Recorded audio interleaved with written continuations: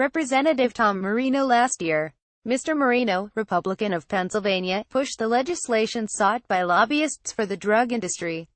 Bill ClarkCQ Roll Call. Via Associated Press. Washington, President Trump's plans to combat the nation's opioid epidemic were disrupted on Monday as he came under pressure to abandon a nominee for drug czar who championed legislation undercutting the government's power to go after pharmaceutical companies that contribute to the crisis. Even as the president promised to announce a major initiative to stem the wave of opioid abuse as early as next week, Mr. Trump said he would consider scuttling the nomination of Representative Tom Marino as director of the Office of National Drug Control Policy. Mr. Marino, Republican of Pennsylvania, pushed the legislation sought by lobbyists for the drug industry. "He's a good man," Mr. Trump said during a news conference on Monday in the Rose Garden. "I have not spoken to him, but I will speak to him, and he'll make that determination. And if I think it's 1% negative to doing what we want to do, I will make a change." Yes, the president also suggested that he might favor rethinking the law that Mr. Marino helped pass. "We're going to look at that very closely," he said. Mr. Trump's response came after a joint investigation by CBS's 60 Minutes and The Washington Post examined the influence of the drug industry in Washington.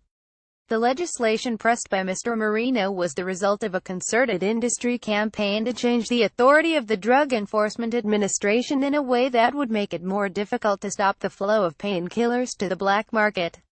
The law, passed last year, made it nearly impossible for the DEA to freeze suspicious shipments of drugs, according to documents cited by the Post. The law was a top priority of the drug industry, which spent $106 million lobbying Congress from 2014 to 2016. Mr. Marino, who received nearly $100,000 in campaign contributions from political action committees representing the industry, according to the Post, was one of the leaders in pushing the bill. Congress passed it with many legislators unaware of its real effect, and President Barack Obama signed it into law, also unaware of its import, according to former administration officials cited by the Post. Some Democrats called on Mr. Trump to respond after the report. Senator Joe Manchin III, Democrat of West Virginia, a state that has been ravaged by opioid abuse, sent a letter to the president, urging him to withdraw Mr. Marino's nomination.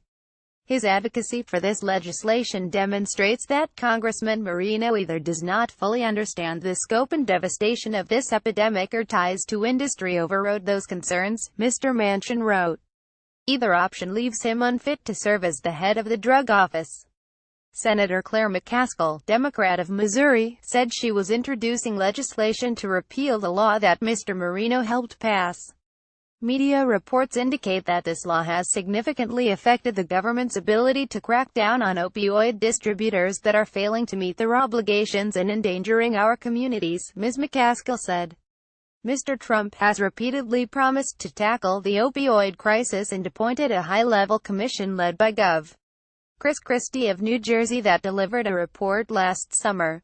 Although the president said in August that he would declare the epidemic a national emergency, he has yet to do so. In his news conference on Monday, he said he planned to do it next week. "We're going to have a major announcement probably next week, on the drug crisis and on the opioid massive problem, and I want to get that absolutely right," he said. "This country, and frankly the world, has a drug problem. The world has a drug problem. But we have it, and we're going to do something about it." Mr. Trump said that he saw the report on the drug industry's role in passing the legislation and expressed concern about it. "As far as Tom Marino, so he was a very early supporter of mine, the great state of Pennsylvania," Mr. Trump said. "He's a great guy. I did see the report. We're going to look into the report. We're going to take it very seriously." Follow Peter Baker on Twitter at PeterBakerNet.